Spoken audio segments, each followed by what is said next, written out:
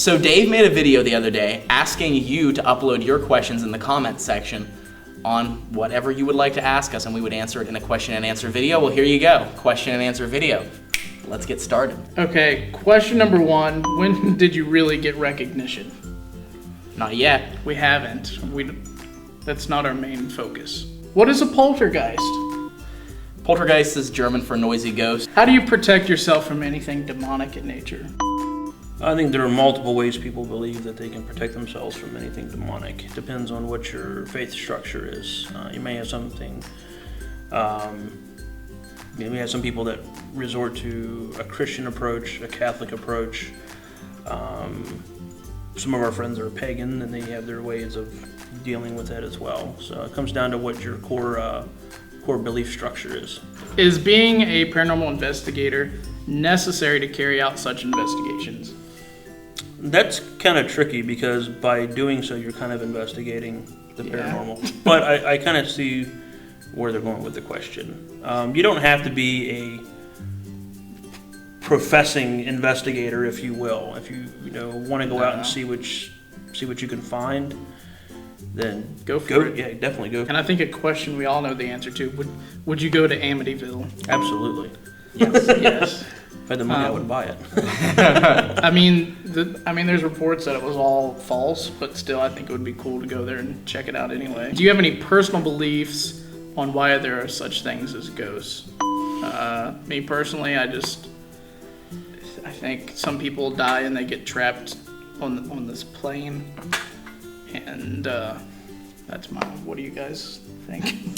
As far as my belief structure, I try to stay as I don't want to use the word agnostic, but that's the only way that I can describe it. I try to stay as agnostic as possible with the idea of spirits, spirituality, death, the afterlife, because my whole goal is not only to discover the answers for you, I'm also searching for answers myself, so I can't sit here and pretend to know where ghosts come from. That's why I do this. I want to know. So I believe that, well, first and foremost, we all three have our own unique view on it, which I think makes us very dynamic in our investigations, because different point of views get hit on our investigations of the paranormal. Now, my response to this question is I believe in three main things, really four, but I'll explain the third and fourth one. I believe in angels, I believe in demons. I also believe in residual energy, and I do believe in the potential of intelligent entities. But I do believe that there's the risk with that of what people believe to be an intelligent entity actually being something either more than likely malevolent, manipulating that residual energy to confuse mankind. Have you guys ever investigated in Maryland, and do you ever plan on coming back? We have. At Antietam Battlefield. It was a small investigation. You can find it in the playlist somewhere. It was a little daytime investigation. So we have been to Maryland, lovely state. Would absolutely come back if you have any haunted locations in Maryland that you'd like to cue us towards and point us in the right direction so we can find them. Any owners of any places get in contact with? Would you be up for letting some of your fans, I don't like that word, possibly come do an investigation with you and maybe a small contest of some sorts? Ooh. That's something we've kind of... That's something we've actually thought of, in some ways, form or the other. One idea I think we've tossed around is if we get a bigger location that, say, for example, Trans-Allegheny Lunatic Asylum or Waverly Hills, where we can actually get a group together, say maybe 15, 20 people, us included, obviously, and actually investigate with all the people who would wish to come to that. I mean, they'd have to pay their own way, right? Because those places are kind of expensive. But it's something we would like to, I think, do in the future. Also, Dave had mentioned that he used the air quotes on fans. We don't really think of you guys as fans. Absolutely not. We think of you guys as viewers. We think of you guys as family, watchers, and also family as well, in a way, because we're not about trying to make fans. We're about trying to present paranormal evidence to you through a passion of filmmaking that we have. So we don't like to use the word fans. Your viewers, your colleagues, your We're not scorning you for saying that, but we just want you to know that you guys are more than fans. So, absolutely. So, You're a part of PQ, basically. That's an interesting question, and stay tuned for another video. Yeah, there might be a link to a video after this video about a contest of some sort. Did any of you experience any unexplained activity in your homes when you were children? Yes, we had a TV set up with a VCR, and the VCR actually came unplugged from the wall at one point, and the shelf that was holding all kinds of stuff above the TV, actually everything rolled off of it onto the floor. And me and my sister both saw a Native American standing on the landing of our stairwell going up to actually my bedroom, and my sister was pushed up the stairs. That's the things that I can think of. I can't ever say that I had any activity in my home when I was a child, but I do remember having paranormal experiences when I was a child. I remember I was at my grandparents' house and actually saw the apparition of a great aunt of mine whenever I was still in the crib and had just been put to bed, and I screamed and screamed until somebody came running to come get me, and the apparition disappeared. And just strange things like that. It seems like whenever people are open and prone to paranormal experiences, they are that way for their entire life. So that's my take on that. Steve? I had a few experiences when I was a kid. Mine normally involve like full three-dimensional shadow apparitions and stuff like that. I'm not sure how old I was, maybe between 5 and 8. As far back as I can recall, was the first time I've actually seen one. And my brother and I, we each had our own twin-size beds, shared a room, and lived with my grandparents after my mom was divorced. And my grandfather was always the last one up the steps. He'd lock the doors downstairs, come up, peek in my brothers and I's rooms to make sure we're actually sleeping and not listening to music and, being heathens.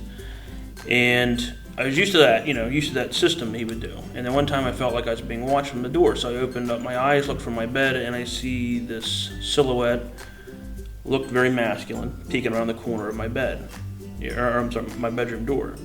And I said, "Good night, Pap," and nothing was said back to me.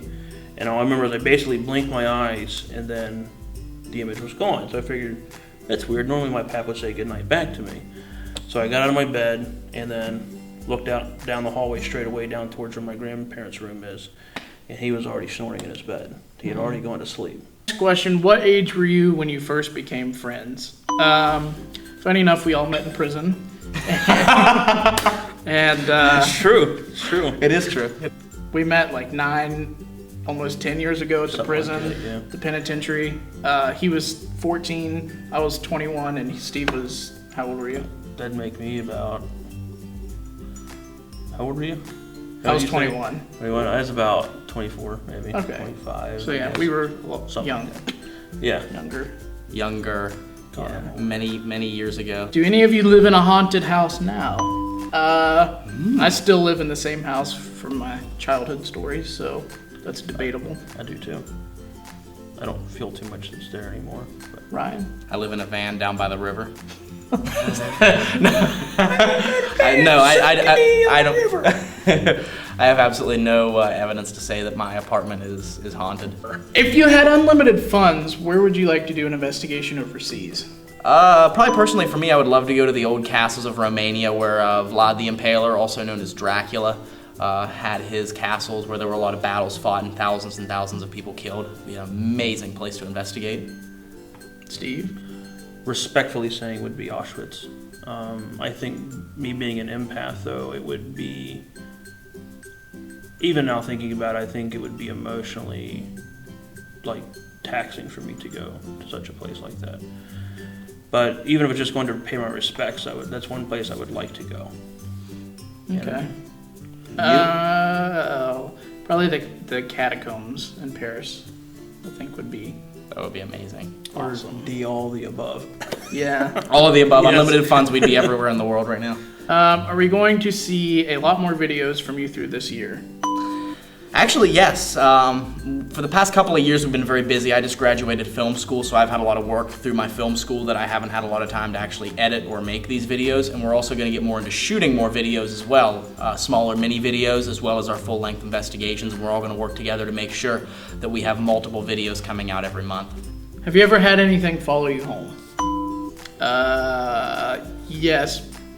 Yes, that's all I'm gonna say. Yes. Yeah, absolutely. It's a dangerous my marriage, actually. It's a dangerous profession. And if you decide that you're going to be a paranormal investigator, also realize that there is the possibility that things could follow you home from these locations. So it's something you just have to be ready for. Scariest place while investigating. What are your future plans for this channel? And what's your favorite color? Ooh, okay, so mine is orange. It's my favorite color.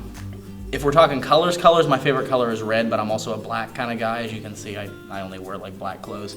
So I'd say my favorite color is blue, I guess. Cool. Scariest experience investigating. Been a few. Mine would probably be when we were in the infirmary and said thing pulled my jacket into the wall. Oh yeah, that was pretty crazy. That was pretty freaky. Ryan, should we go with scariest experiences in a Paranormal Quest episode or scariest experience overall? Overall? Yeah. Probably the scariest experience I ever had was my first experience when I was in the old penitentiary and actually heard and captured a gunshot followed by an EVP. It was actually so impactful on my life and drove me to pursue paranormal investigating that I decided to get the audio waveform tattooed on my arm right here just actually a few weeks ago.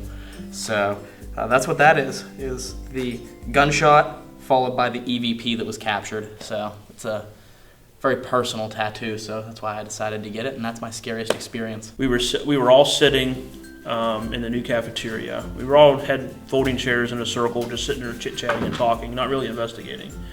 And then Polly looked at me and then gave me a really weird look, and I was thinking like, what? So I asked her, what? Why'd you look at me that way? And she said, my face changed. And then as she was saying that, I noticed her face had changed. And then you guys reported the same thing happening between you two and vice versa. Yeah. So, like she said, my eyes were sunken in and I had a really, elongated devilish grin on my face. That was probably one of the most memorable experiences I've had that really, got to me. So that's pretty much all the questions that we have. We want to thank everyone for submitting the questions in that video. We want to thank everyone for watching, and we want to thank everyone for supporting us on our quest. And remember, we're going to have a video coming out with a special announcement here today. If you want to follow us on Facebook, we'll put the link right here. If you want to follow us on Twitter here, put the Instagram link here. All of our social media will also be in the description box below. So follow us on all the social media and stay updated on our quest and all the places we're going to go investigate. As always, stay spooky.